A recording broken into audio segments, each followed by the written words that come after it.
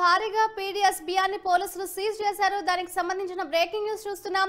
Ration బియ్యాన్ని ఖమ్మం నుంచి హైదరాబాద్ కు అక్రమంగా రవాణా చేస్తుండగా సూర్యాపేట పోలీసులు పట్టుకున్నారు. నలుగురిని అరెస్ట్ చేసిన పోలీసులు వారిని రిమాండ్ కు తరలించారు.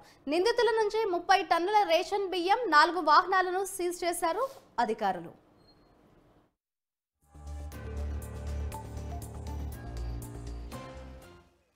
పీడిఎస్ రైస్ లీకేజెస్ పైన నిఘా పెడుతూ మనకు ఒక ఇన్ఫర్మేషన్ వస్తుంది. జనగాం క్రాస్ రోడ్ దగ్గర ఒక లారీ వస్తుంది అని. ఆ వెహికల్ చెకింగ్ చేస్తున్న ఆఫీసర్స్ ఆ లారీ పట్టుకుంటారు. ఆ లారీ పట్టుకుంటే ఆ లారీలో 20 టన్స్ పీడిఎస్ రైస్ ఉంటుంది.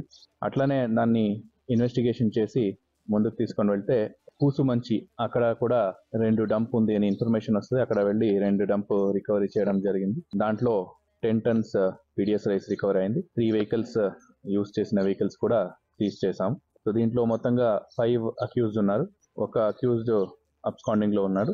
అతను కూడా తొందరగా పట్టుకుంటాము. సో పీడిఎస్ రైస్ లీకేజెస్ పైన చాలా సీరియస్ గా చూస్తున్నాము. సివిల్ సప్లైస్ డిపార్ట్మెంట్ కూడా కంప్లీట్ కోఆపరేషన్ ఇస్తున్నాము. జిల్లాలో ఎక్కడ కూడా పీడిఎస్ రైస్ ఎక్కడన్నా డైవర్షన్ అయితే డెఫినెట్లీ వాళ్ళపైన కఠిన చర్యలు ఉంటాయి.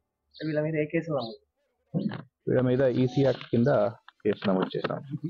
వీళ్ళు ఒకడు కోదాడ అతను, అబ్స్కాండింగ్ లో ఉన్న అతను, ఇంకా మిగతా వాళ్ళు 2 ఏపీ వాళ్ళు, 2 ఖమ్మం వాళ్ళు. మొత్తం 12 lakhs కాస్ట్. కలెక్ట్ చేసుకొని వెళ్ళి డంప్ చేసి అక్కడ నుంచి వేరే దగ్గరకు తీసుకొని వెళ్ళి అమ్ముతున్నారు. సరౌండింగ్ డిస్ట్రిక్ట్స్ లో చేస్తున్నారు. మన జిల్లాలో చేసిన దాన్ని బట్టి మనం ఇన్ఫర్మేషన్ వచ్చింది. దాన్ని బట్టి మనం పట్టుకున్నాం. మనం రెగ్యులర్ గా టచ్ లో ఉన్నాము. వాళ్ళకి కూడా కంప్లీట్ సహకారం ఇస్తున్నాము. ఎనీ టైం 24 hours ఏ టైంలో వాళ్ళు పిలిపిస్తే కూడా మన సపోర్ట్ వాళ్ళకి ఉంటుంది. అండ్ వాళ్ళు కూడా ఇన్ఫర్మేషన్ తీసుకుంటున్నారు. మనకు వచ్చిన ఇన్ఫర్మేషన్ కూడా వాళ్ళకి షేర్ చేస్తున్నారు.